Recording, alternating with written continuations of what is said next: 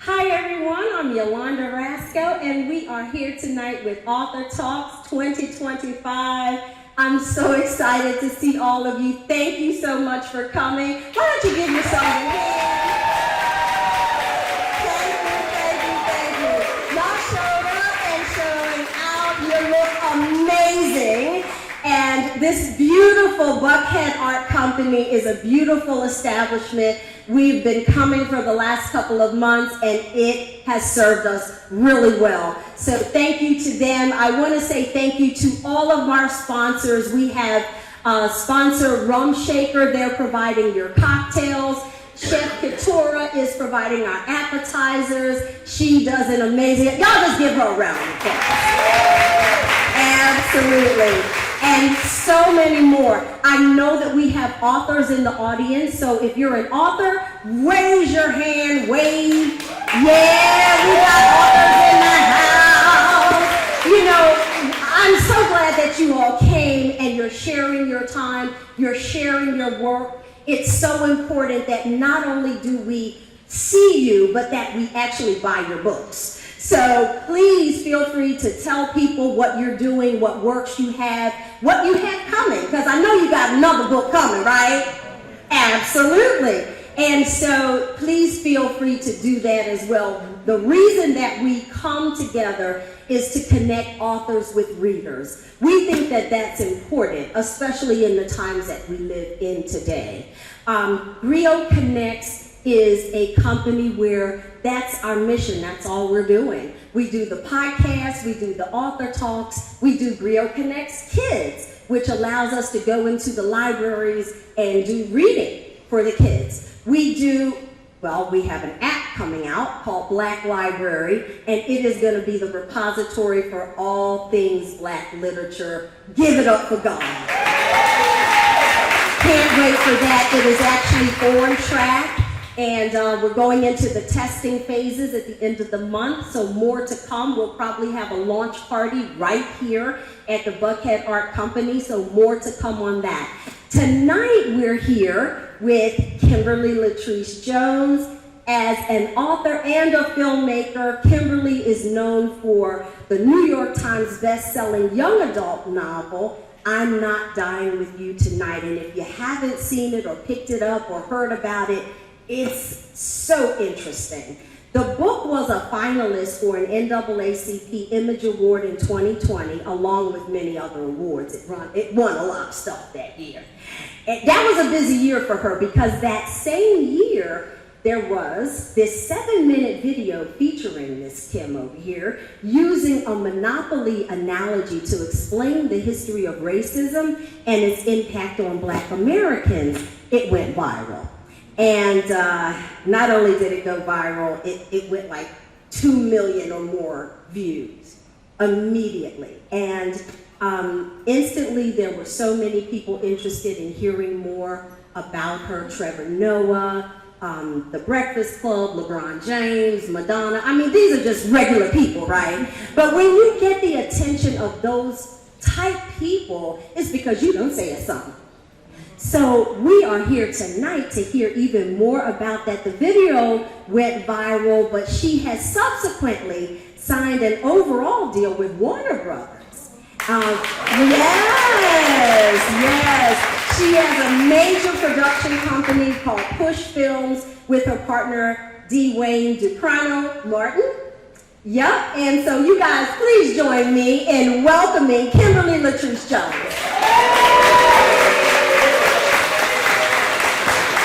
Yes, we are so honored to have you. You gonna talk in a minute? Yes, I'm I'm a podcaster, so I know better. I'm so super excited to be here. First, I just want to say thank you so much, Yolanda, for having me. This is an amazing event, and a lot of my fellow authors in here know. Normally, when we have author events, it's like in the basement of a bookstore. And this is very elegant and, as people say, delicious and nutritious. So I'm happy to be here. I like that. Yes. Well, it is an honor to have you. I know there are so many places that you could be. You're in demand right now, as you should be, because we have been waiting for these kinds of voices, right? When I talk to people about what they're doing and what's going on, everybody is waiting for that voice, that way, that someone to say what's really in the back of our minds. And Kimberly, you did that. You did that, and we're so grateful. It gets me in trouble sometimes. I bet. But you got bold. You're bold. There's no other way to be. Yeah, and I'm sure you have the covering of our ancestors. Oh, for sure. And I'm the youngest of 7 kids. And so when you're the baby of 7 kids, you learn to find your voice very loud, very clear. Yeah. Where's my sister? Okay. So we joke all the time, but my family, we all talk real loud. Yeah. And I think part of it is because we did have to talk on top of each other. And when you had that many folks, somebody got to ask for that piece of chicken. Get out the way, I want it. You know, so we had to talk really, really loud. But I will tell you, I am really excited about talking with you tonight. I'm gonna just jump right in. As a forum, we're going to go through just a few questions, and then we'll open it up for Q&A for you guys. So get ready if you have any questions on your heart, on your mind. This is going to be the time to bring it forward. Okay, so let's jump right in. All right. My first question, I always start with something, just jumping in. So the myth of white supremacy, and we know it's just a myth. But it's based in white fear, I think. I think that's where the origin, and it's the fear of becoming the minority. And I think that fear is what translates into a loss of dominance, a loss of power, a loss of wealth. You know, they just are worried that things are going to be different. And in your closing statement in that viral video, it was incredible, it was compelling. And I'm just going to paraphrase it. How many of you saw that viral video? Yeah, we are 2 million, right? So we all saw that viral video, and the last statement in it is what sent chills, down my back. And you said something like this: white people better be glad that black folks are seeking equal justice and not seeking revenge. Facts. Can you tell us how that moment came about, and have you been surprised by how it's just resonated with so many people? I was very surprised, but when, hindsight is 2020, and when I think about it, it's like I could have said that exact same thing in 2018 and it wouldn't have had the same impact. Yeah. I could have dropped that video this year and it wouldn't have had the same impact. I think the reason that it resonated with people so much in 2020 in the midst of the civil unrest was because for the first time with the pandemic, people were sitting at home and had to be still, which means all the information that was coming in, you had to actually digest it, which means you couldn't click past George Floyd, you couldn't click past Breonna Taylor. It was in your face. It was in your face, Ahmaud Arbery, and you had to engage globally in a way that you don't have to when you're in the middle of the rat race and you're just engaging with your church members or your co-workers or anything like that. So I think because people were at home and still, they were able to listen, to understand, and not to hear. And that's a huge difference. And so to go to your original point about I like to call it, my good sister Sonia Renee Taylor refers to it as the white supremacist delusion. She hates to give it the power of calling it white supremacy. She calls it the white supremacist delusion.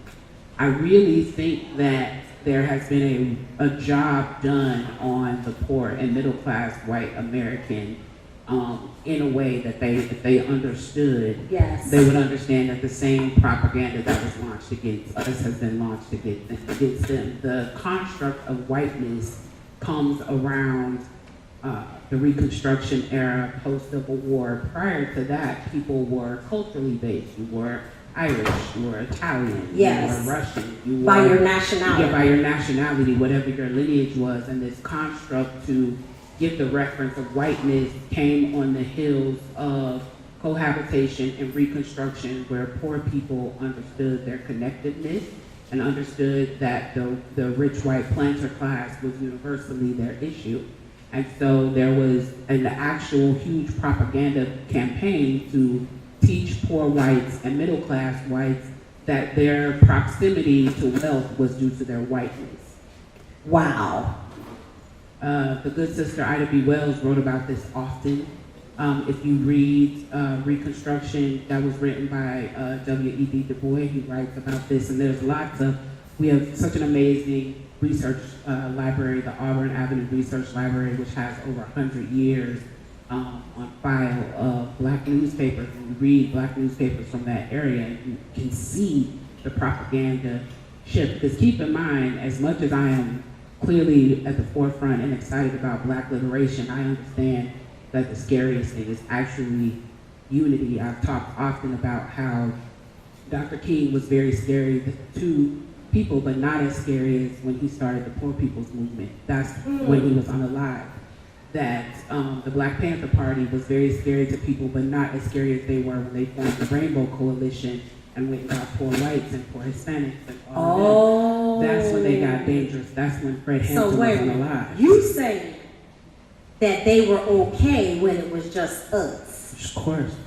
But when we started attracting and pulling in others, that became problematic. Of course. When you start to deconstruct the use of capitalism to oppress all peoples, that's when you get scared. I get that. I get that. And when you talk about Auburn Street Library, y'all know Auburn Research Library. And again, before we go any further, I have to say this. We know that there is a movement to defund libraries and museums. And so when we talk about Auburn Library, right today, we can jump in our car and go down there, but what if it wasn't there? We have to understand where we are as a community, as a people, and in the world that we live in. This delusion is starting to creep into areas that I personally didn't expect. Did you see this coming? Oh yeah, for sure. Girl. Yeah, for sure. You saw this coming. Indeed. Because whenever you want to see the fall of a society, first thing you have to watch is whether or not they respect art. Because art has always had proximity to revolution. So the first thing that you're going to do when you try to deconstruct a society is break down its appreciation, its understanding, its guidance of art, and make it so that it can be controlled. It can be controlled and it will be controlled by the higher ups and not by the people who actually create the art. So when we started trying to go on to see, people forget that Project 2025 is like an 80-year project. 80 years? 80-year project. They've been at this for a while. For a very, very long time. I did not know that. For a very, very long time. The tenets of it have been being worked on for decades.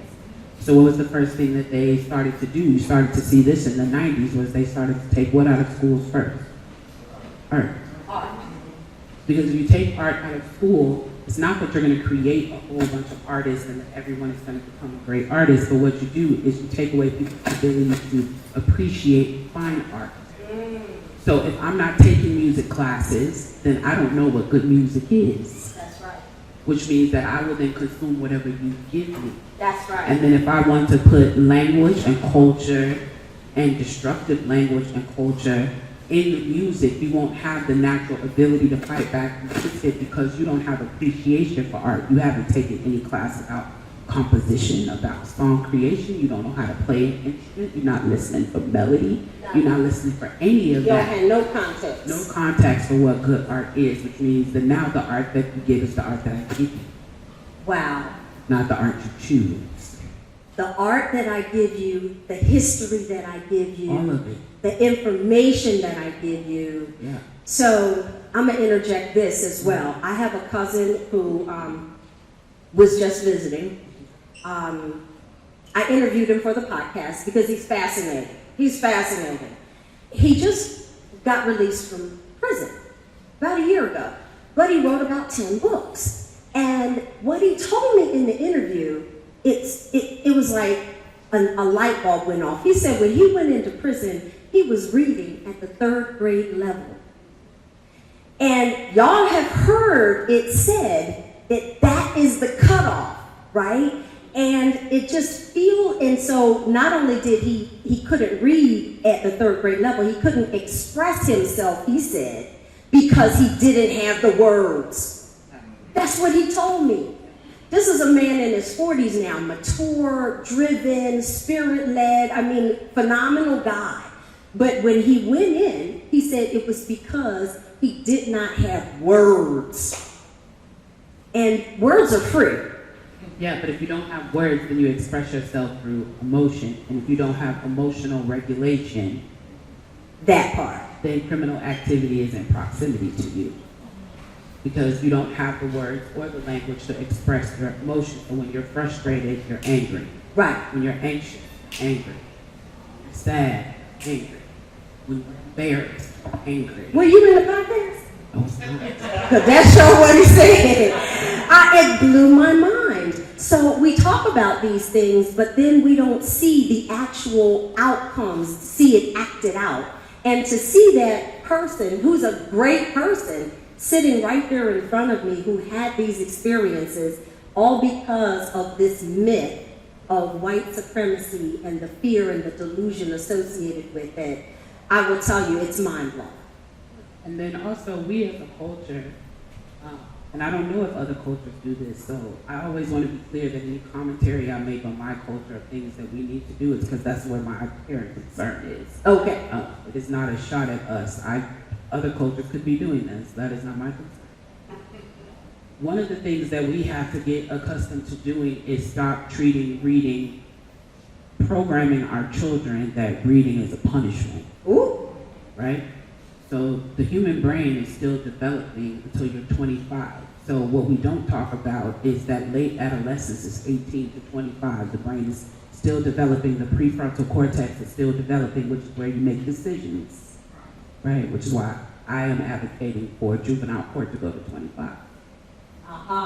So one of the things that we do when we're programming these blank slates, this is a child. Yes. And society and the parents and everybody is painting on this canvas of who they're going to become while that brain is developing. Mm-hmm. How many of us can say we recall as a child you get in trouble and your mother, your grandmother, your pops, whoever says, see, you don't want to act right, turn that TV off and go read a book. So now in my mind, I align reading with punishment. Oh, you on punishment now. You taking that game out, I'm taking this out, I'm taking that out. I ain't even nothing in that room with books.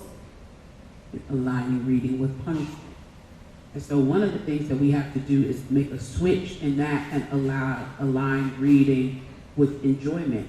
Yes. And part of that is no matter what the kid wants to read, let them read them. That when I owned a bookstore, kids love comic books and parents be like, I want him to read a real book. A comic is a real book. What you want him to do is read. Right. It doesn't matter what he wants to read. You want it to be enjoyable. You don't want this to be a tussle here in the bookstore about what he wants to read. You want this to activate the pleasure synapses in your brain. So then this is something that they will come back to time and time again. I enjoy this. That's why so many of us are overweight, right? Food locks in with the pleasure synapses. Right? Yeah, we get pleasure. Right, we get pleasure out of it. You can program the brain to get pleasure out of reading as long as the child and their developmental stages are having a good experience. They're walking through the bookstore, they're running their fingers across the book, they're picking what they want, they're getting it because they got a straight, okay, you got straight A's, I'm gonna take you to the bookstore and get whatever you want, live your best life, you got $100, run wild. Yeah. The other thing is us returning to allowing children to be tactile while they're young. You see, a lot of times we're still living in trauma and don't know that that's what it is. And I talk about this a bit. How many of y'all remember going to the store and your grandma said, don't touch nothing, don't ask for nothing? Right. When you get in here, I promise you, touch anything, I'm going to fold you up like laundry. But see, what we don't know is the reason that we did that is because during Jim Crow, if your child broke something in the store, that could escalate to your husband being hung. Right. So when you were in the store with your child and you had to prevent them from touching anything, from potentially breaking something that you couldn't pay for, from disrupting something, you didn't have the wiggle room to be soft. This is not ending in a tussle. This could end in a death. Right, it wasn't negotiable. It wasn't negotiable. So what do I do when I get to the store? I grab you, I squeeze you by your arm, don't you touch nothing, don't you pick nothing up. And then it's passed down and we're under the illusion that it's store etiquette. It's trauma. Wow. And so the children, you see the little white children, they running around in the store, they're touching things, they're All in feeling the things, they're clothes. tactile because up until your early adolescence, most of your learning is taste and touch. Uh-huh. So that pleasure that I'm enacting by touching the book, the way that I feel when I'm in the store, getting able to roll on the floor, I'm enacting a desire for learning and pleasure. But I'm in the store and I'm being told, don't touch anything. But half of how I'm learning things at this age is touch. Yeah. So these are the things that we have to think about. And those formative years, you learn the most in those formative years. I tell people all the time, you don't think your kids are learning faster than you? Then I want you to get on Duolingo right now and learn the language. Your 2-year-old is learning an entire language just by hearing it and then repeating it and having comprehension of it with nothing but being in your presence. Right. I've been on Duolingo for 3 years and still ain't got but 4 French phrases. Girl, I can't even figure out how to get on there. Right. So, you know, when we think about how do we combat even the white supremacist delusion, Yes. the children. Starting with the kids. Let's start with the kids. We need a new generation of people. We need a new way of teaching. We need a new way of interacting. All of us. We need to take the trauma responses out of our education and we need to take the delusion out of things. I love that. I love that. That is worth, that is absolutely applaudable. Listen, in your book, you talk in How We Can Win, you talk about reparations. Well, we're going to let you talk about it some more then. Because here's the thing with reparations, and I'm one of those people, I sit on both sides of the coin from the standpoint, and it's just, I'm always playing the devil's advocate in my own mind because I want to be able to mitigate the risk or be able to, if I really want to put something forward, I feel like I have to flip it over 3 times to understand this, to really fully understand it. So there are a couple ways of looking at reparations and really understanding it, but in your book, you really do rebut those people who say, we don't need that, or let's move on. I would love to get a good tussle with those people. Girl, well, tussle away. Because what I try to get them to understand is that reparations is not just about, oh, give me $1,500 because my grandmother was enslaved.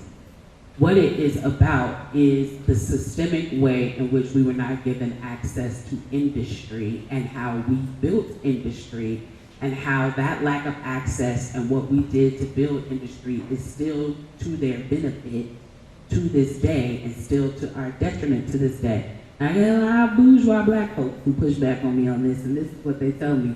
Well, there's so many of us that are successful, why can't the rest of them just pull themselves up by their bootstraps, right?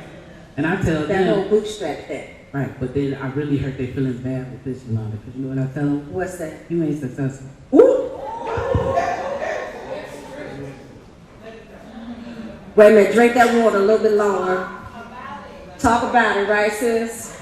They are not successful. Tell them why. If you own that company right there that sells that shirt, right? This one. Who grew the cotton? Who grew the cotton? What company is producing the ink? What company made the machine that is printed on? Where did the stitching come from? That part. Who weaved it together? Who manufactured it? Who distributed it? Who shipped it? What site is it on? You catching on?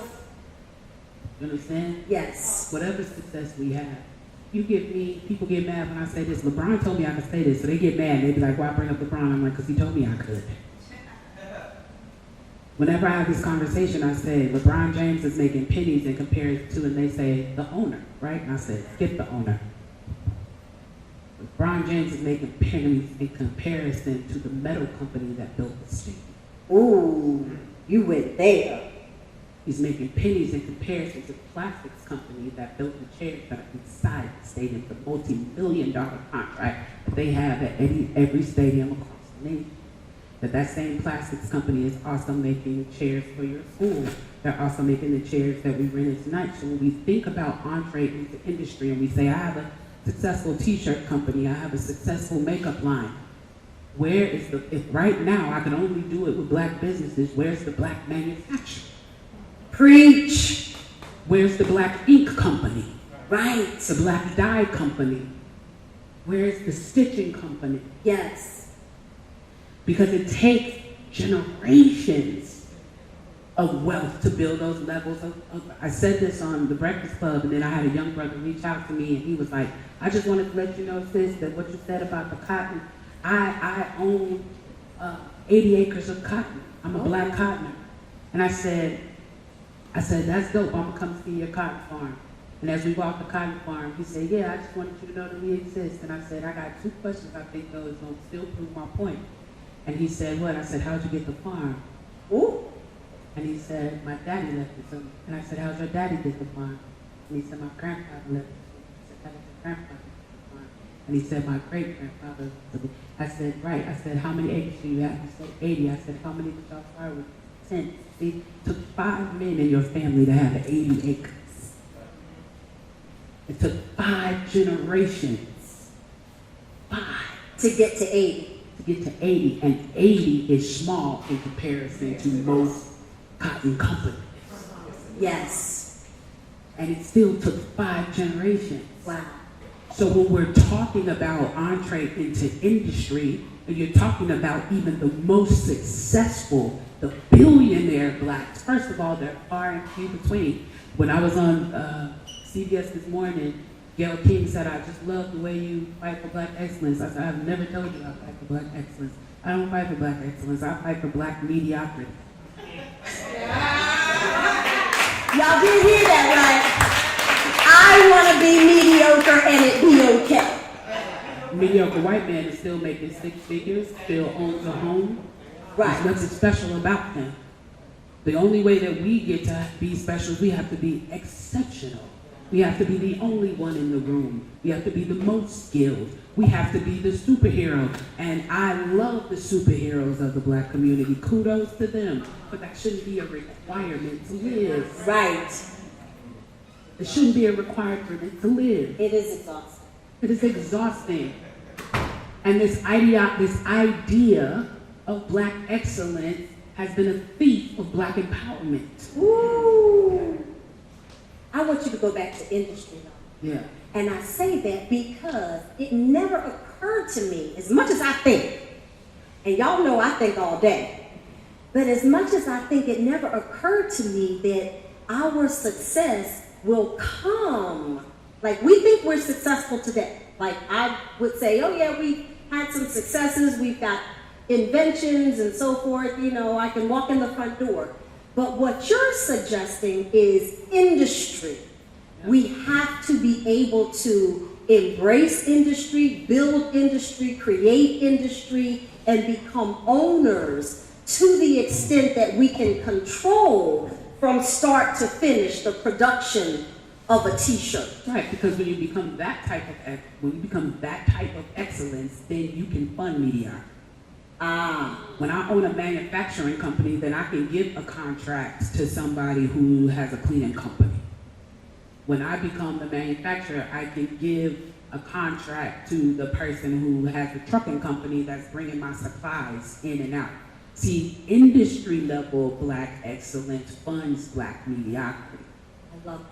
And the only way we've been able to do it in the past has been through government contracts, and we've only had a handful of black mayors, black people in governance that's understood that. I feel like nobody understood it. The only person I understood, I feel like, who truly understood it, stood on business and did it was Maynard Jackson. I was gonna say Coleman Young. Yeah, Maynard, I don't know, Maynard Jackson is Y'all the remember GOAT. Coleman? Yeah. Yeah, Maynard Jackson is the GOAT. He the GOAT. He's the GOAT. The airport. Yeah, like, airport. The amount of black contracts that he put in. Maynard Jackson put trade schools in every high school, which means you were graduating an electrician, a plumber, a carpenter, a cosmetologist. When I did a whole bunch of research and looked post-antebellum South, when we were the most successful, it was Reconstruction and the Civil Rights era. People forget that the Civil Rights movement was funded by mediocre black people.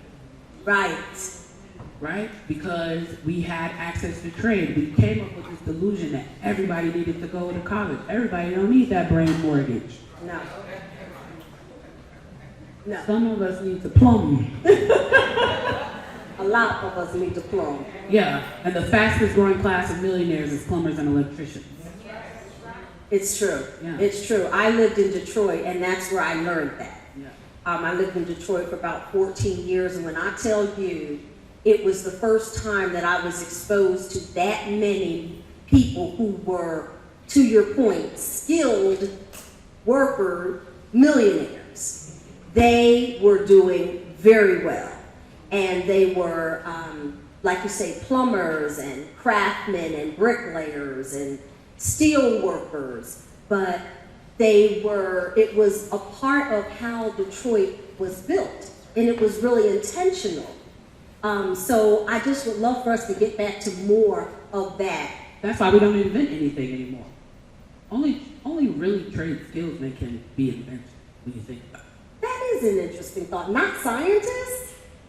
Scientists Some of the make STEM, all the STEM we've been doing, we've been going down the wrong path. It has, but when you really go back and you look at invention was done by tradesmen. It's done by tradesmen. First of all, you problem solving 24 hours, 7 days a week. Yeah, you are. So your brain is constantly in problem-solving mood. Looking for a better way. You're looking for a better way. You're building some kind of piping system, and every time you do it, you got some, I don't know, cork that don't work, and you have to modify it. So then eventually, you create the modified version, and you can trademark that. Yes. Like, roller coasters was invented by a black man who worked for the railroad. And he was trying to create a railroad system that could go up higher and go above cities, and inadvertently, accidentally invented the roller coaster. That's why there's a huge bust of him out at Coney Island. Ranch dressing. That's It's incredible. a black invention. Maybe that's why we love it so much. Wait a minute, ranch dressing? Yes. Ranch dressing was created by the Henson family. Mr. Henson was a tradesman. He was a construction worker. And the company that he worked for, they would take all these black men, they would take them out to these rural areas, they would have them doing construction work for months, and they would give them these really bland foods. And so he started an herb garden, and with that herb garden, he had a little cream one day, and he decided, let me just like make me a little sauce.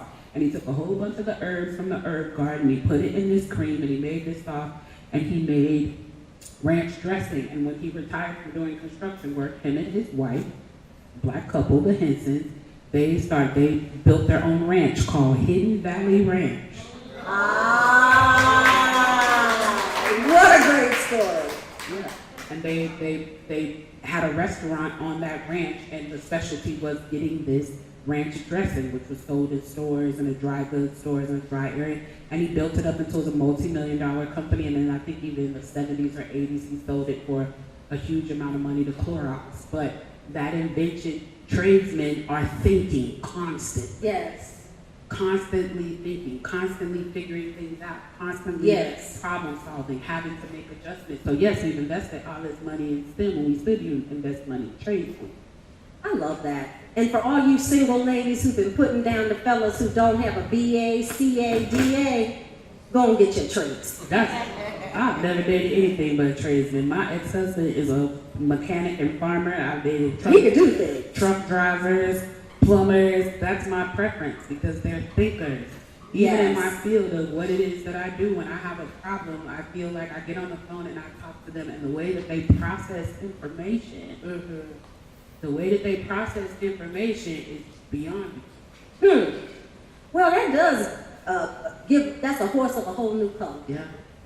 Let's talk about collective mobilization. So collective mobilization is simply getting a whole bunch of folks together to go in one direction, right? Mobilizing. So we talked about mobilizing when Kamala Harris, or Vice President Harris, was running for presidency. We wanted to mobilize and get everybody moving in the same direction. So collective mobilization is important in terms of moving the culture in one way or the other, society. But I've noticed that there is something called a 3.5% rule. I know you know about it. And it talks about that a successful nonviolent resistance campaign, it needs to attain at least 3.5% of the population in order for the system to pay attention. That's a big number. That's a big number. And I think you lay out in your book how we can win. The intrinsic value of nonviolent campaigns over and above reaching just numbers. So I wanted you to talk a little bit about that. What do you say to those who hesitate to take it to the streets? How else do we know what's happening if we don't take it to the streets? The issue is people who are not organizers think once it goes to the street, that's where it stops. That's where it begins for organizing. Like, so that's why you'll hear a lot of people saying, well, I ain't marching no more. It ain't doing nothing. Yes. Well, that's because that's where it ends for you. That's the beginning. That's the starting post for us. I'll tell you, one of my favorite examples of what that does is the Ahmaud Arbery case, right? Ahmaud Arbery's case was closed. Ahmaud Arbery's case was closed. And they had that DA, she was friends with the guys who committed the crime. She had deemed them innocent and free, closed everything out, everything was done and done. First of all, we were all the organizers, it was a hotbed for us at that moment. We had been out, I think at that point, we had been outside every day marching for like 120 days straight. Wow. Right?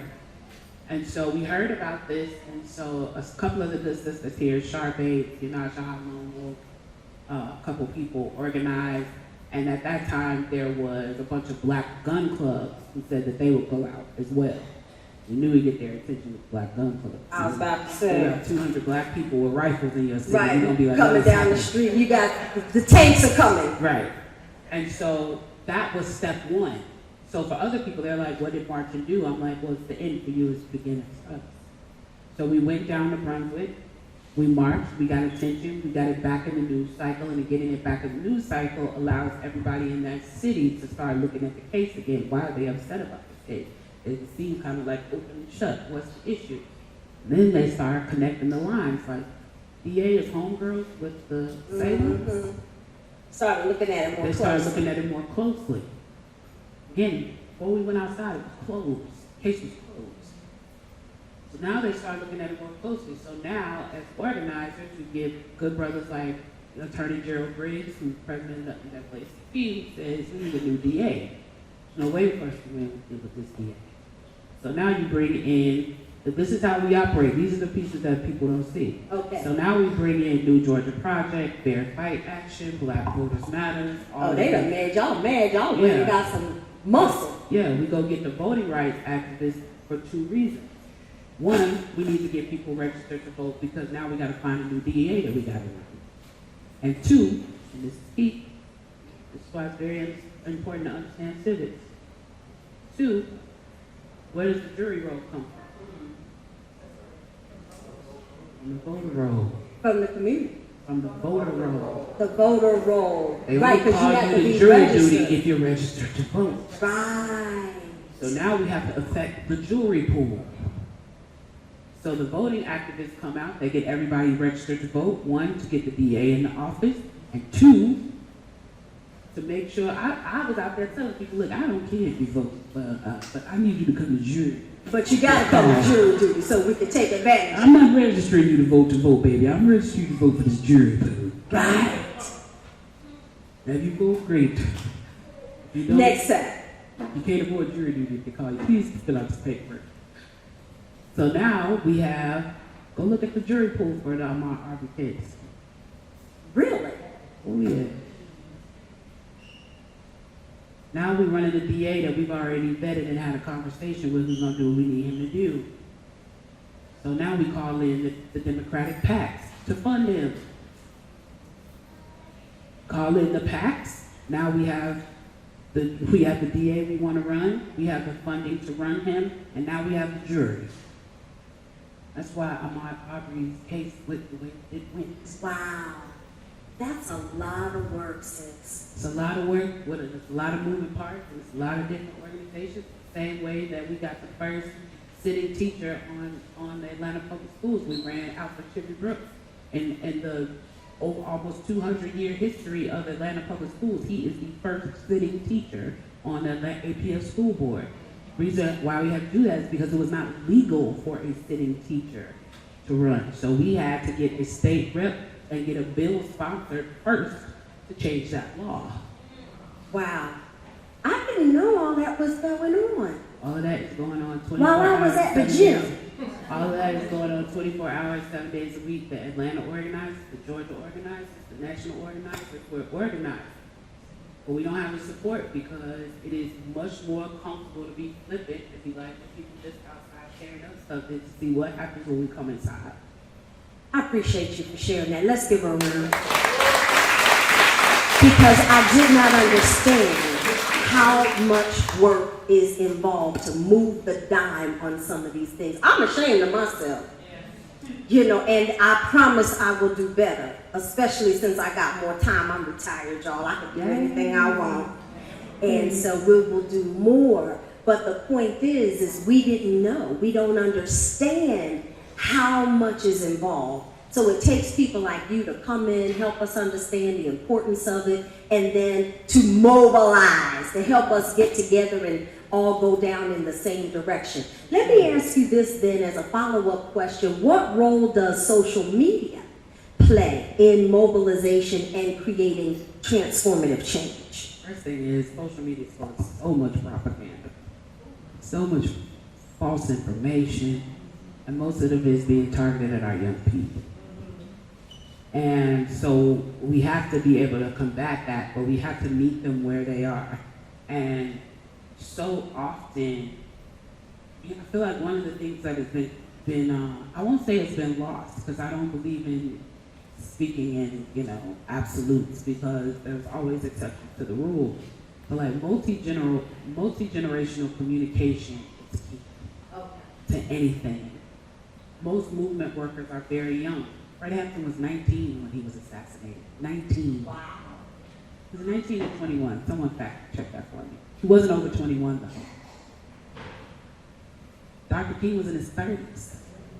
Young man. Malcolm X, 30s. Rudy Lozano, if you aren't familiar with that, that's one of my favorite organizers out of Chicago. Rudy Lozano, 31 when he was assassinated. So movement workers are very young, because they have a pulse on the world that they want to see, and they have a better gauge on what the world is looking like now. I tell people all the time, you go watch that congressional hearing on Facebook, it was embarrassing. It was like, do y'all have a Facebook? This is why you should not be leading this conversation. It was a congressional hearing like a few years ago around Facebook, and I promise you, half Congress didn't even know how Facebook worked. And I'm like, yet you're about to make a law about it. This is why you need young people in the room. This is why you need to have multi-generational communication. I'm 49 years old. I talk to the elders who are 79 who actually march with me. That's not to say that I have to do it exactly how they do it, but the blueprint is there. Why reinvent the wheel? All I have to do is take the blueprint, lay it out for Gen Z, and be like, how do I make this digital? That's multi-generational. How do I make it digital? And how do I make a different campaign for each app, because each app has a different age group. The OGs are on Facebook. You know what I'm saying? The middle-aged folks is on Instagram and TikTok. Right. The young people on Snapchat and Is anybody on fan base these days? I mean, there's a handful of colors over there. Man, we need to be more over there because it's Black owned. And we need to extend it grace. We need to start extending Black businesses the same grace we extend the McDonald's ice cream machine. Wow. Yeah, I get that. Yeah. Yeah, don't worry about it if it's broken. Come back tomorrow. You know what? I I have a 19-year-old son who is his mama's child. He's poli-sci pre-law at Berea College. And we have to remember that A side, that's one of my favorite organizers right there. There he is. You're talking about somebody who moves the needle in this city. Nobody does more besides. She's down there at the Capitol at City Hall every day. They probably hate to see her coming through security down there. Because they know it's trouble coming. They know it's trouble. We have to model for our children how we want them to behave. We all know this, we've heard it 1,000 times. Children don't do what you say, they do what they see you do, right? So I'll never forget, I went to this like black-owned business. Everybody told me food was busted. So I was like, I had to go down here and check it out. So me and my son, he was about 16 at the time, we go to the restaurant and I could smell the aroma when I get in. I'm like, okay, I can already see it. They was not lying, it's not to be good. And me and my son were gonna sit down and eat, and we ordered our food and we ordered drinks, and the young sister apologized to me immediately and she said, I'm sorry, our ice machine is broken, we don't have ice for the drinks. And I watched one customer after another customer. And I'm like, when that McDonald's ice cream machine is broke, you just don't get your McFlurry and you move on with life. Now you see these two young sisters in here running their business, y'all done taught them everything with a child of God. So I gave my son $40 and I said it was a gas station, kind of cat a corner couch from where we were sitting. And I gave my son $40. I said, go over there and buy as many bags of ice as you can get with this $40. Wow. Now that's fun. Yeah.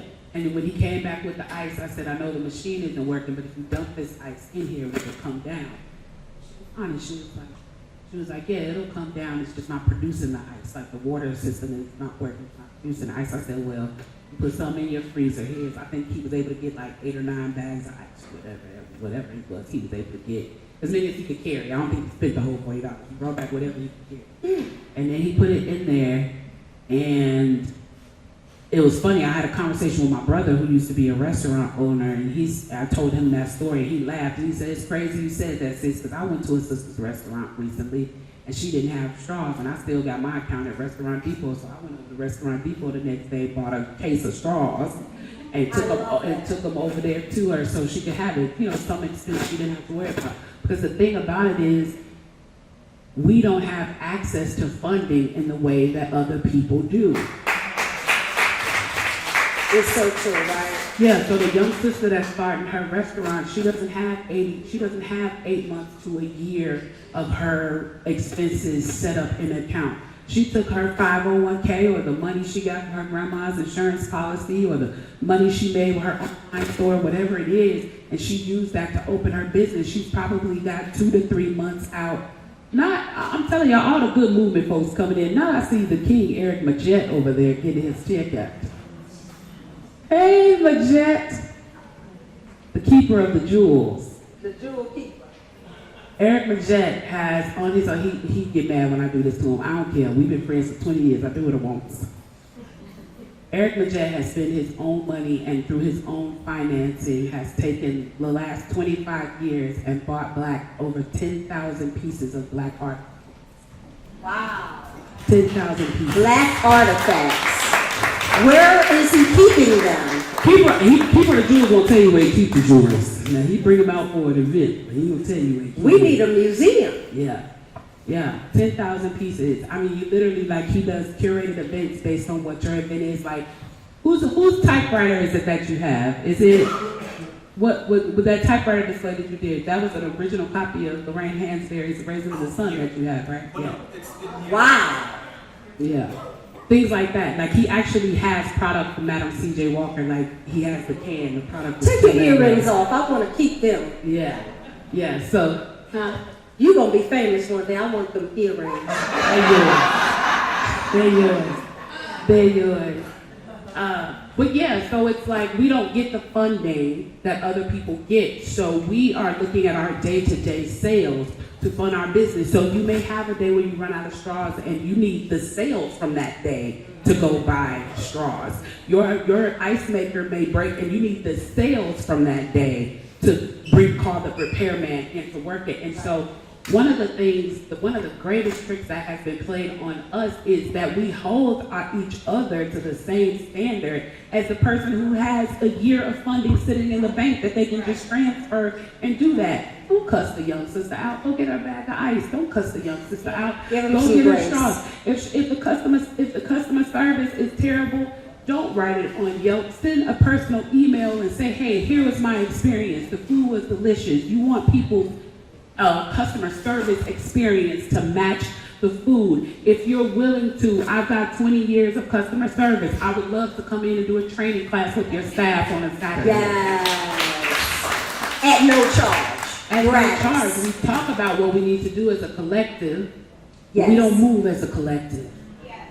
We've been moving as individuals since the 80s, since we got sold the Reagan dream that we were equal. And this is why I make the example about the cotton, because what I'm telling you, we have not reached a plateau of equal, which means we still have to push, which means if the brother got the funeral home that's 3 generations in, we all need to be burying over there so they can get to 4. Yes. Support. Yeah. Community support. Community is support. Community is, and also too, like, we have to address as a community our mental health issues. Say it again, sis. We have to address our mental health issues because it's going to allow us to be more patient. Like, listen, I've had some bosses that were black that I've given them all the grace in the world, and some people have been like, how can you work with her? She is terrible. And I'm just like, she's not terrible, she's anxious. There is a difference. She's anxious. And so what you see is her being snappy and have a nasty attitude. Pay attention to when she does it. She does it when she's overwhelmed. Be observant. She does it when things get out of line and she needs things to be. She may have a little, she may be on the spectrum. She needs things to be in an alignment, and when they're not in an alignment, it frustrates her. Because again, we don't have the words. The words. We don't have the words. So because we don't have the words, anger is a safe go-to mode because it's also protective. You don't think protective is in our DNA? When I said that line that you said, what I said was they are lucky that what black people are looking for is equality and not revenge. Yes. It's because not even we have studied the depth of the damage that was done to us physically, mentally, spiritually, intellectually, that trauma, and how we're carrying it. It's been scientifically proven that we are carrying it in our DNA. Yes. Carrying it around like baggage. Carrying it around like baggage. Carrying it around as culture. Like I said, saying don't touch nothing in the store and think it's culture when that's a trauma response to the fear of lynching. Still low-key practicing the paper bag test on each other. Still thinking that fairer skin and that proximity to whiteness is better. Still thinking that darker skin is proximity to criminality. Still looking at 5-year-old black children like they're 13. As Dr. Black said when he was here, looking at ourselves in the context of whiteness. Yes, that blew my mind. Yeah, the white days got us in a chokehold. Well, I gotta ask about expatriates. And I'm moving along to the expatriates because we talked about this, right? There's so many of my friends who have Big Papa who have gone and looked at other countries and considered what is life like and what would it be like to retire elsewhere, and oh, if my retirement is this amount of money and I can live in America this way, but maybe I can live elsewhere in another manner, etc. And now with everything else going on, it just kind of augments the interest in considering other options outside of the US of A. And so here is my question. Where do you sit? Okay, would you encourage people to consider moving from the US to greener pastures with everything we have going on? You talked about the work, right, that we have to do. The amount of work that it's going to take to get us to that next place. So, I mean, do we dig in or do we get out? I'm nervous to ask this question now because I got a Garveyite in the room. So I'm like, careful about how I phrase this. First of all, we have lots of really large expat communities now. Yeah, Black people globally in Colombia, in Mexico, in Thailand, and all these different places, right? I'm not mad at it. Yeah. 2023, I spent 2 weeks in the south of France, right? And I spent time on the Mediterranean Sea. I went over to Monaco, I went to Cannes, I went to all these places. And I realized how stressful it is to live in the U.S. I was like, they almost had to drag me back on the plane. I was like, God, I can't just live here. Can I be like everybody else? I don't know, find a Frenchman real quick and get married. How does that work in France? There's no siesta. There's no rest. We're overworked. We eat too fast. We eat too much. We don't take on experiences. I remember we had a restaurant in France, and I had a bunch of American girls with me. Some had internationally traveled and some hadn't.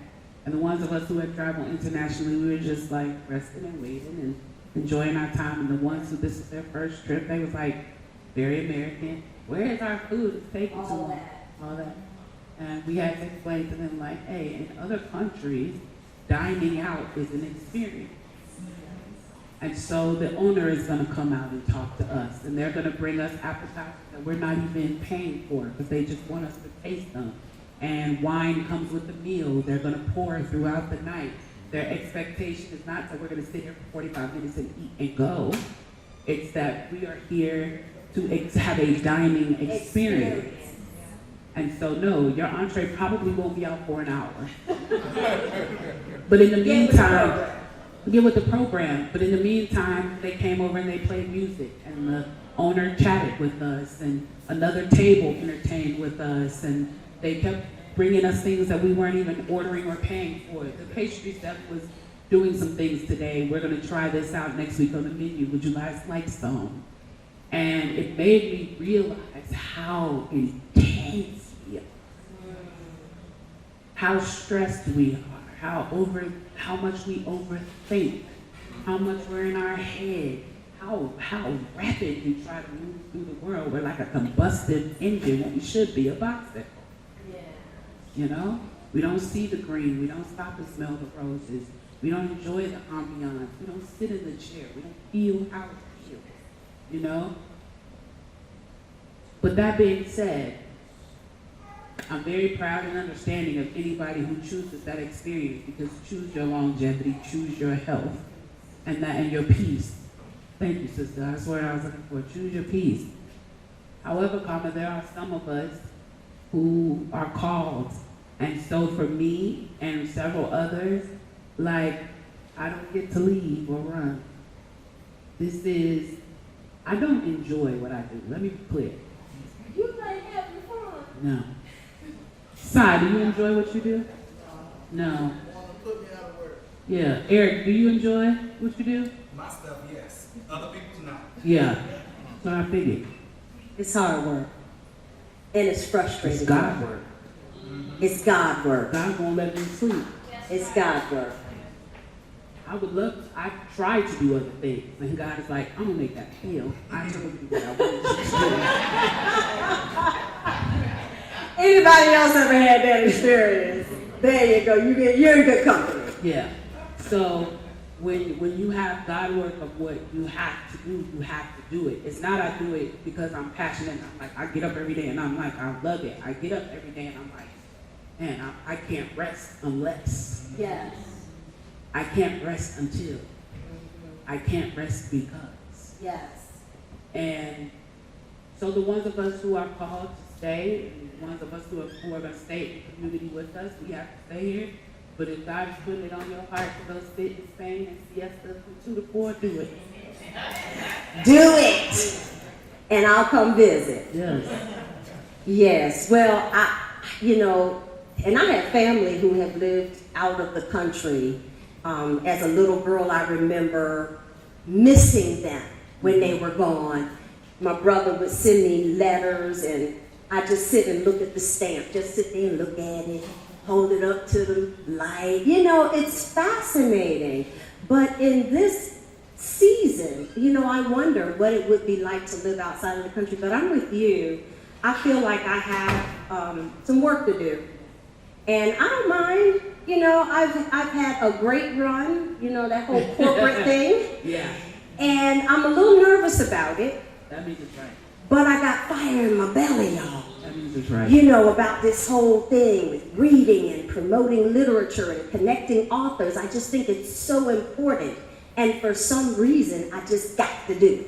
So I understand that aspect of it, but it is also a sacrifice. And even whether you decide to stay or decide to pack up and build community elsewhere, you still have to have community wherever you go, whether it is here or elsewhere.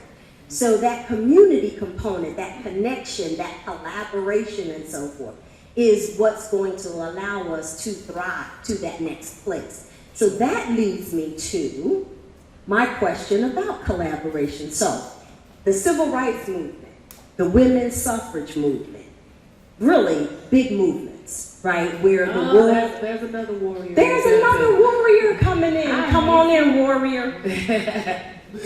In perfect timing. So these movements happened, they're great examples, but they were cross-cultural. Collaborations is what kind of got them over the edge, right? They needed each other. So what do you see are the key elements in building that community, that collaboration between BIPOC and non-BIPOC? I'll put it that way, communities. Well, you have to have specific issues and you have to have shared issues. And what I mean by that is everybody feels like they have to like participate in every movement. That everything like, okay, today we're talking about Palestine, so I'm on that. Tomorrow we're talking about George Floyd, so I'm on that. Tomorrow we're talking about women's health care rights, so I'm on that. And I'm moving around. I'm like, oh, it's like the worst you can do. I don't allow people to do that to me anymore. I used to get like posts, and I'm sure my friends have experienced this. I used to get like posts and tags and stuff like, Kim Jones, why you ain't saying nothing about this? Yes, she said she was for the people, but now we're talking about the monkey dog cats, and she ain't said nothing about the monkey dog cats. I focus on what I focus on. Yes. I specialize. I'm not gonna be like Squirrel every time somebody does something crazy. I don't have time, and it's non-productive to do so. So when you talk about collaborative movements, it's, okay, I am worried about the environment. Gotcha. Not me, the proverbial me, right? I am worried about the environment. How I can have collaborative effort and be in community with other people is to bring my plight to a shared experience. So now I'm gonna go find Leonardo DiCaprio, who cares deeply about the environment, right? I'm gonna go to his meeting and I'm gonna see what he got going on. And when he says, Kim Jones, you have the floor, lovely, my turn. Let's talk about it. Let's talk about how the lack of environmental checkpoints affects Black people in a larger way. That we build more coal mines and things like that in Black communities. I can talk about the specific need that I have in this shared space talking about the environment. So now, when Leo is worried about whatever he's worried about with the environment, I am now the head of diversity in his environmental form, and then I am affecting the coal mines that are being built in these neighborhoods. So that's the thing, you have to be both broad and you know what I'm saying, both broad and focused at the same time. At the same time. So if women are talking about women's birthing rates, if there's an organization that's talking about birth rates, great, let's get all these women in the room. When it's the Black woman's turn, hey, it's affecting us more because they think that we have a higher pain tolerance than we actually do. We are not getting the proper prenatal care. We don't have access to healthcare and hospitals like our counterparts do. That's my piece in the broader movement, right?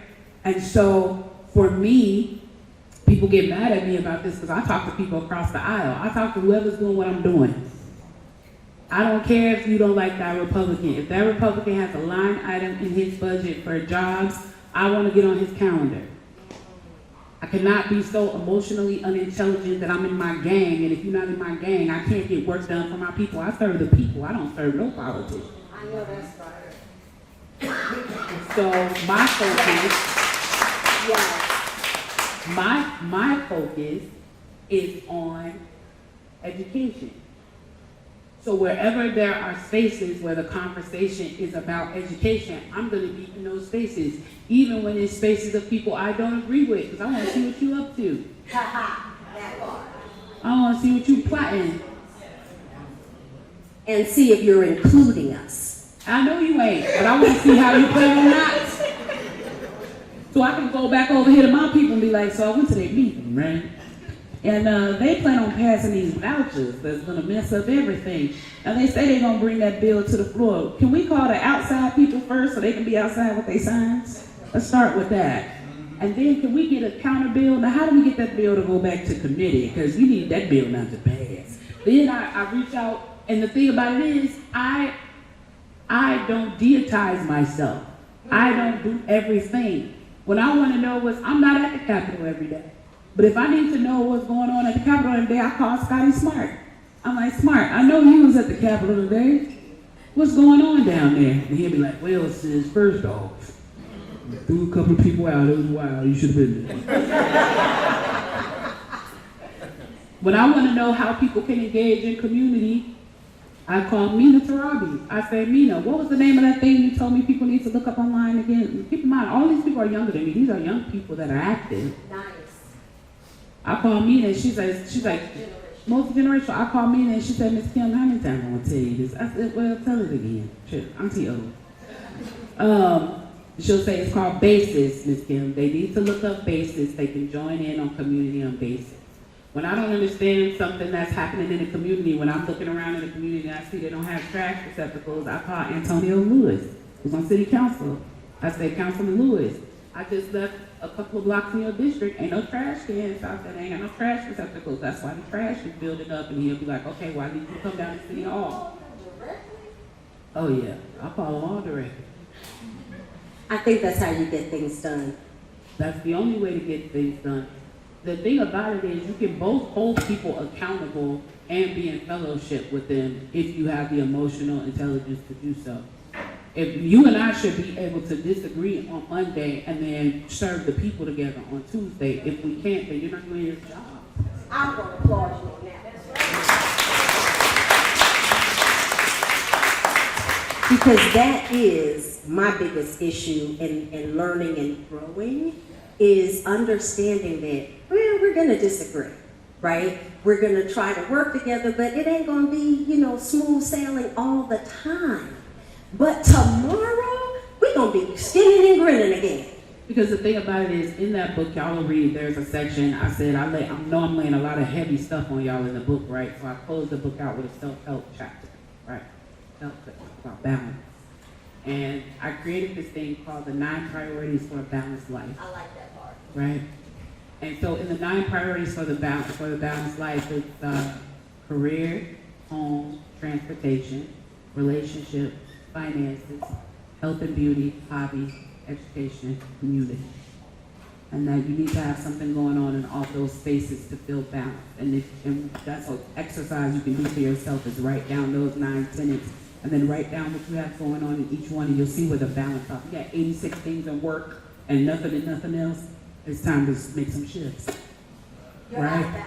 You're out of balance. But in the relationship section, one of the things I say that us as a people, and I understand why we did this. This is still, again, residual behavior from enslavement, right? There's so much residual behavior from enslavement. Even things like, I named my daughter Lacopantandria. Everybody laughed, right? Well, why did we make up these things? That's a good question. Because if I name my daughter Lacantandria and you sold her and you came from another plantation, that name is so unique when you get here. And I can say, is there a Lacantandria on the plantation? You just came. And you say, actually it is. So when me and my husband buy my freedom, I know which plantation to go to get my daughter. Wow. Because if I name her Ruth, I'll never find her. Right. Very common. Right? Very common. Very common. So we have all of this like Trauma man, so playing out in ways that we had not considered. so much. So much of it. Well, I know you have a passion for who we are as a people. Yeah. I know you to be a spiritual woman. And so I'm going to close, and then you guys will have an opportunity to ask questions. But this is my final question for you.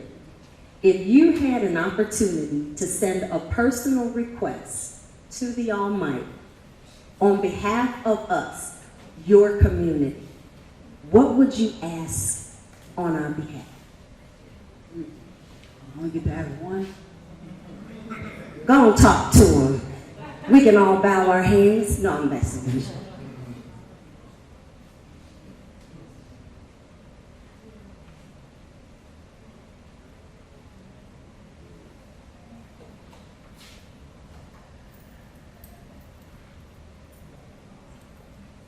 Ask him to fix black romance.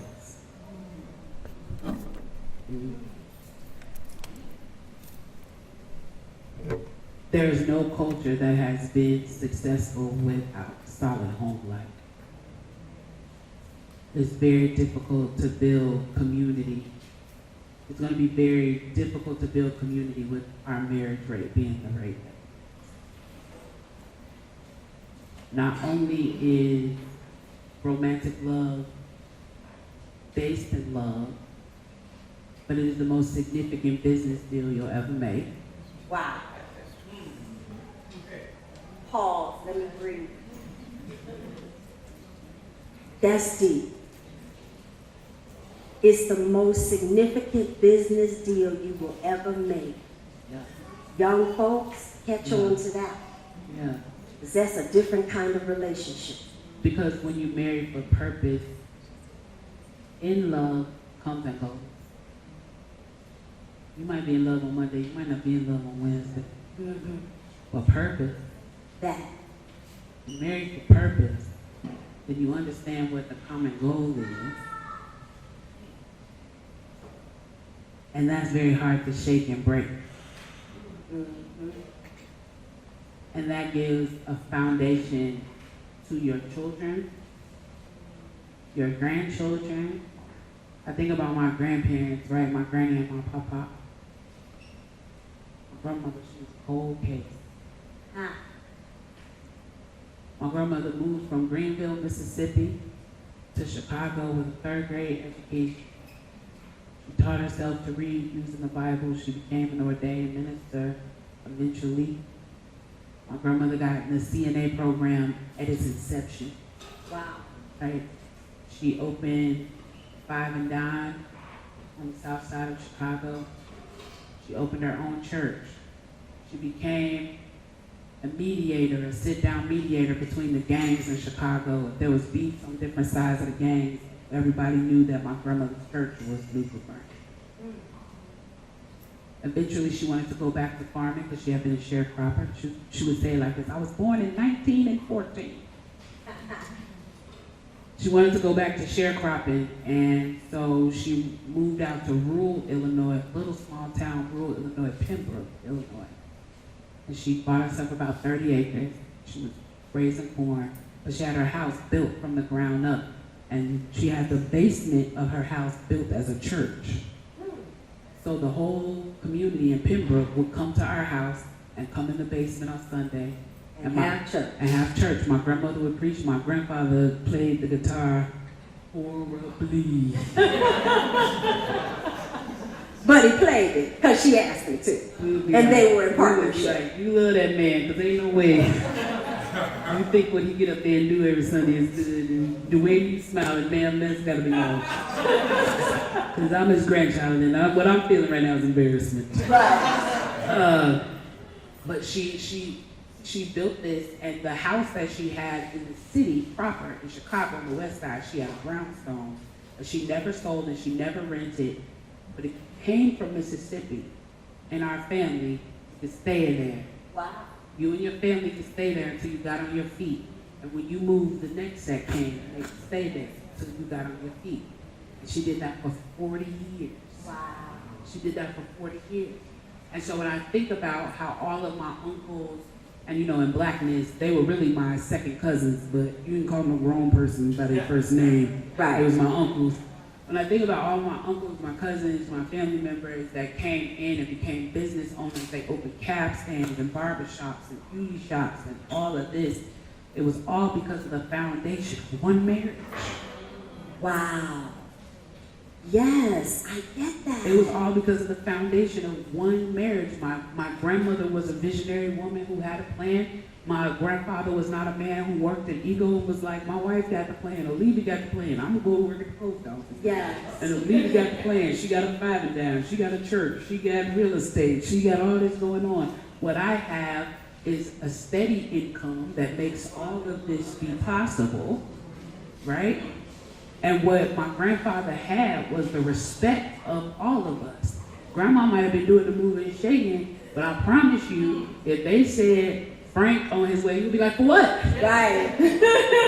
Who are you coming to talk to? Who did what? He coming to see you?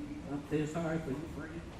But the foundation of this one marriage fed our family for decades.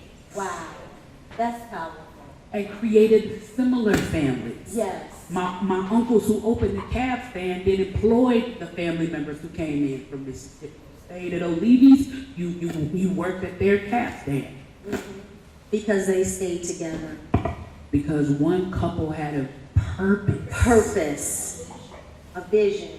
They had a purpose Yes. and a vision. And there was no ego involved. And it supplied nourishment for generations. Wow. That's a great prayer. Thank you for that.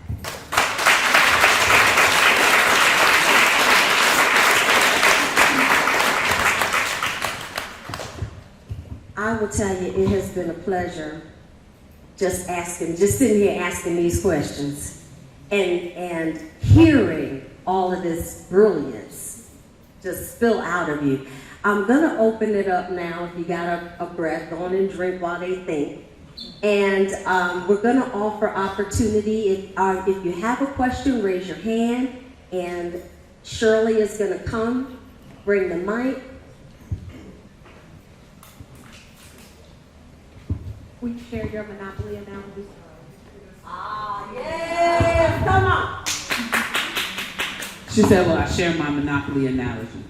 You gotta do it. So basically what I said was, if I played 400 rounds of Monopoly with you, and I didn't allow you to play at all, but you had to play on behalf of the person that you were playing against. You had to play, and everything that you earned and gained, you gave to your opponent. So now, imagine 276 rounds. We're all playing Monopoly. I get to play straight up. There are some actually I get to play better than straight up. I get to play, and then everything that you play and win is mine. You're playing on behalf of me. You're building my industry, the cotton industry, the tobacco industry, the industrial industry. Everything that you play, I earn. Everything that I earn, I keep. And everything that you earn, I keep. And we do that for 276 rounds. Wow. And then I decide, I'm gonna let you play. But you gotta catch up. How can I win? How can I win? So, I come from a superhero breed. Okay. I had a theory about that. Yeah. If you breed the smartest, the most intelligent, the biggest, the fastest, together for 300 years. Why do you think we're so special? Genetically modified human being.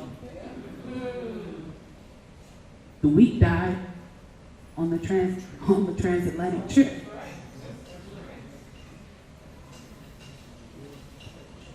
The ones left had to survive. And I got the most money for the biggest, the smartest, the most skilled. Then I bred him with the biggest, the smartest, the most skilled. Wow. Right? So even after 276 rounds of playing Monopoly, and everything that I earn, I keep, and everything that you earn, I keep, I said, no, let's play fair, catch up, but I get to keep all this. You're so special. You've been genetically modified. You are literally the definition of bionic people. Wow.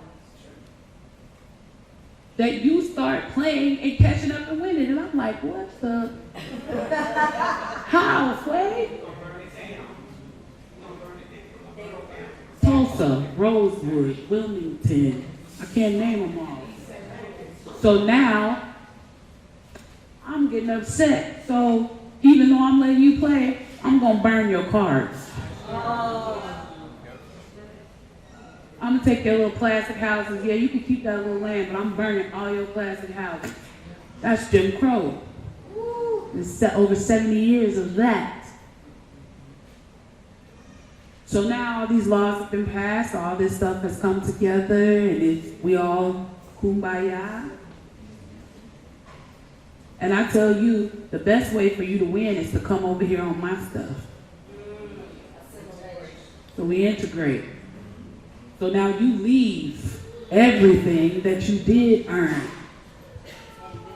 and built, and now it's no longer circulating amongst you. Once again, you're giving me everything you earned. Wow. Now you shopping at my Target, my Walmart. You're not shopping at Mama Roach's no more. You're not getting your car serviced down at Daddy Doe's no more. So now everything that you're earning is still coming to me. Wow. And again, going back to what I said about the entree into industry, there's no way for you to build in a way that you now own the cotton. Because everything is circulating back to me. So yeah, I'll let you get a t-shirt line. But you don't own the cotton. You don't own the manufacturing companies. You don't own the companies that make the ink. Yeah, you can play basketball. Hell, LeBron, I'll let you make $1 billion. But you don't own the stadium. You don't own the team. You don't own the merchandise rights. So if this is a game that we're all playing, 276 rounds, everything you win, you give to me. 79 rounds, if I don't like it, I get to burn it. And there's really no repercussion for me doing it. Then I say we're going to all play together, kumbaya. And everything that you've built and earned, the majority of you done sold grandma's house, you gave up your big daddy's land, you let Uncle Moo Moo's restaurant fall apart. You don't have the funding to keep it going. You've been redlined within an inch of your life. And then the psychological warfare comes in and say, well, we gave y'all the welfare. Well, let's talk about the welfare you gave everybody else. Between 1926 and 1966, the U.S. government underwrote $200 billion in home lending. 98% went to white America. 2% went to everybody else. And when I say everybody else, I mean Black, Jewish, Native, Indian, women. That we all got the 2%. On $9,000 homes, I have one of the mortgages, I keep one of the mortgages in my office to remind myself, on $9,000 homes to build the American suburb, $200 billion in underwriting. We got the projects, they got home ownership. And everybody knows that home ownership is the fastest way to wealth building. With language actually in the mortgages that said these homes cannot be resold to Blacks and Jews.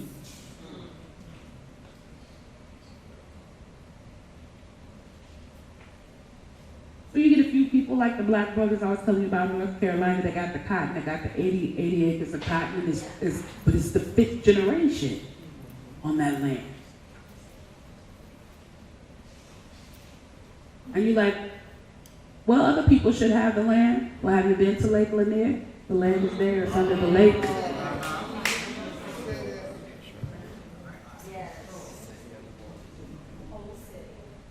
Have you been to Central Park when you went to New York? That was Seneca Village. They figured out a legal way to take that land. And when I was talking about how the construct of whiteness was created in order to manipulate poor whites and middle class whites, people always talk about Seneca Village and they think that it was an all-black town. It was not.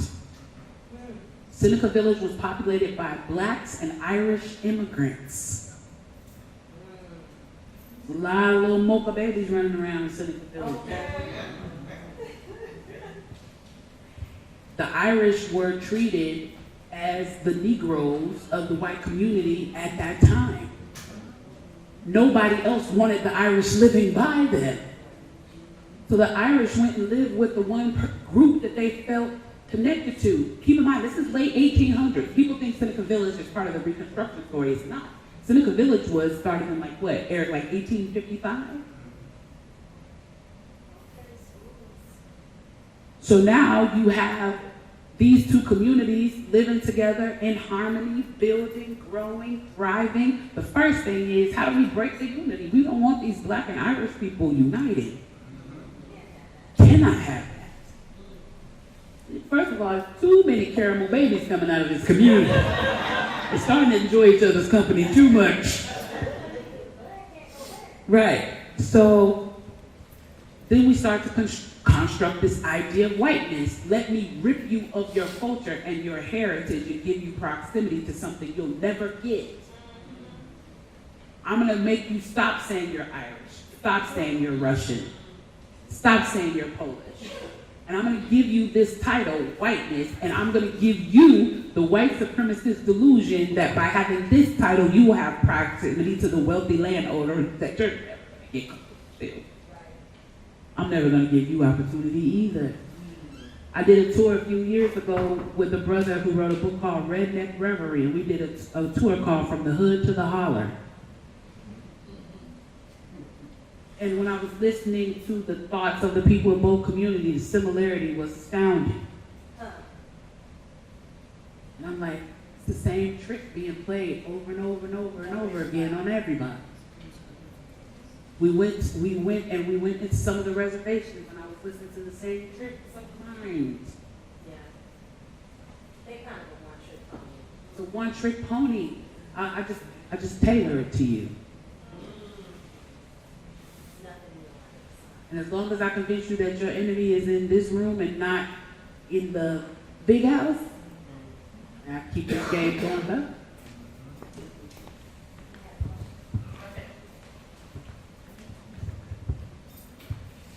First, I just want to say thank you so much. What you have brought here tonight to all of us, that you have blessed us, that you have given us more courage and more understanding and more empathy, and this desire for me to feel so connected to purpose and understanding that you are such a gift, and thank you.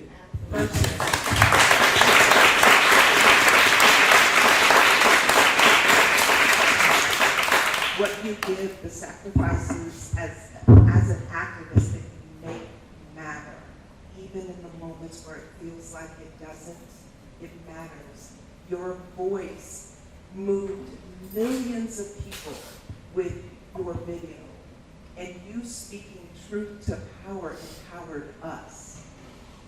And I'm wondering, when did you first know, when you were growing up, that your voice had power? This is in the book too. This is in the book. I was like 8 years old. My mother worked at the corporate office of Sears and Roebuck. She's actually my next book. My mother programmed robots that delivered the mail in the Sears Tower in 1976. So my next book is about her. It's called The Robot Lady. And so my mother traveled a lot for Sears and the work that she did at Sears. She was the manager of graphics and repro graphics. If you ever were little and you got that Sears wish book at Christmas, that was my mother's design, right?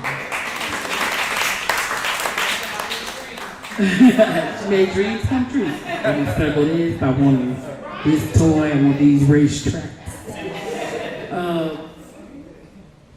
My mother traveled a lot for work, and sometimes, again, we were living in a different America then, right? Like, even though we don't realize it, I was born in 1976. I feel like I grew up in a more compassionate America in the 80s, right?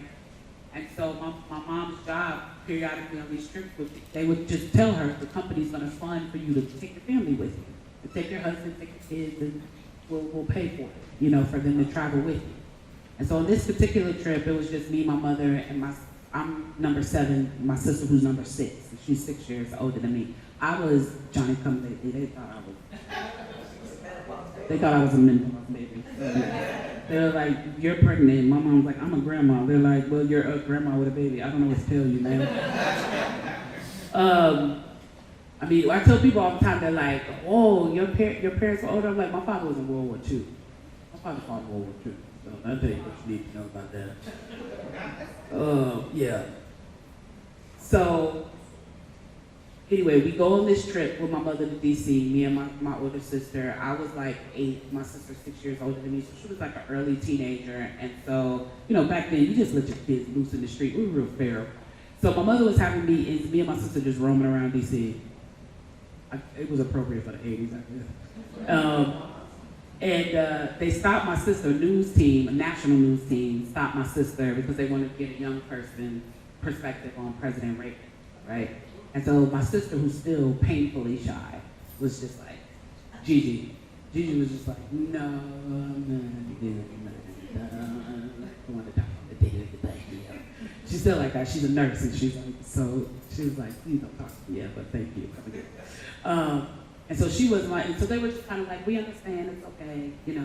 And I was like, well, I have plenty to say, actually. They're like, you're 9. So I'm like, and roll camera. And I went on this tirade about how I didn't appreciate I think the Iran conference was going on at the time. I had a lot to say about that and several other things. And the interviewer was just like, the producer was just like, keep going. We don't know what the soundbite is going to be, but it's going to be something. And so I did this like national news interview at 9 and gave the president my opinion on his State of the Union. And my mother, when we got, you know, it's those cell phones back then, unless you carried it in a leather bag. But we get back home and my mother's answer machine was full of messages from family members all over the country that were like, so your 9-year-old cussed the president out today. Are you married? Did you know that your daughter was going to become enemy of the state today? She's in 3rd grade, but you might want to get a handle on that. Like, actually, I'm in 4th, thank you. But yeah, so it was like in that moment when I realized the importance of a voice, and it was in that moment when my mother realized, like, okay, something different about this one. I gotta figure out what to do with it. And I was like number 7, so you know, they were tired by the time I came. They was just like, is she alive? Success, I don't care. Where's the baby? In the fireplace. Is it on? No? Great. We good. We good. She'll be alright. She'll be okay. So they spark. We'll all live. And my parents, you know, fed into that and nurtured into that. And so they signed me up for an after-school program at Operation Push. And then they also signed me up a few years after that an after-school program at the Sooooo Museum, which is, you know, one of the best Black History museums. And so they just continued to nurture that. When I was like 13, I would take my allowance on Friday. When I would get my allowance, I would get on the L train in Chicago and go downtown. And there was this was the inappropriate 80s, so before y'all judge my parents, we didn't know no better. And also, they didn't give us no parents, and they were like, we got grandkids, this one is on our own. I would go down on Fridays and take my allowance, and there was a group of homeless men who lived under one of the L stations, and my allowance every Friday, I would take it and I would get them and I would take them to McDonald's. Now, you know better, you do better. I should have been feeding them to McDonald's. I should have got something better to eat, the lamb. But I had this group of homeless men that was my homeboys, and I would take them to eat, and we would sit, and they would tell me stories about their lives and what they're going on. I'd be like, you got kids? And also, wow, well, my At 9 parents years allowed, old. I was 13. I was 13 when I started doing that. But like, get on the L train, go down, hang out with my little homeless friends, buy them from McDonald's, see y'all next Friday. And so that was I feel like this is my life's work. Like, even when I ran from it, I wanted to be an artist. I wanted to be a filmmaker and writer and do all these things. And God does not make me successful at it. I promise you. Okay, I also have a very severe case of ADHD.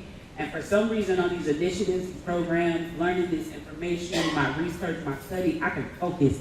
I get light speed focus. I've had some, y'all will cry, I've had some amazing opportunities that I just cannot finish them.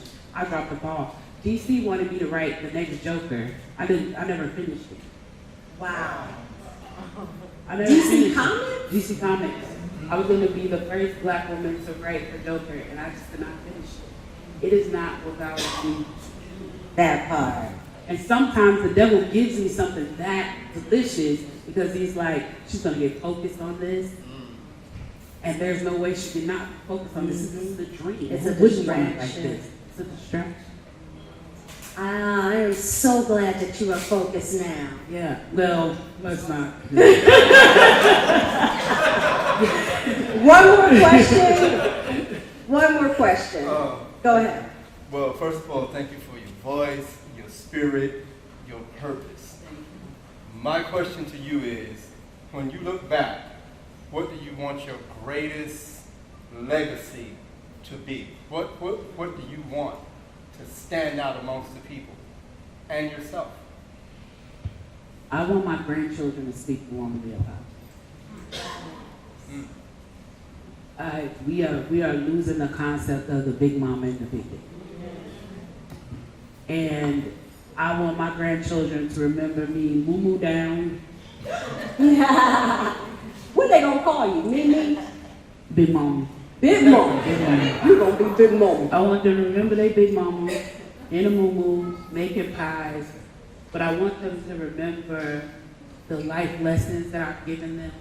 I want them to have character because I modeled it for them, and I want them to understand the importance of caring about people outside of themselves. Because I've gotten the big awards. I'm a New York Times bestseller. I'm an NAACP Image Award nominee, GQ Germany Voice of the Year, Route 100 Most Influential African. I can't even name all the awards, right?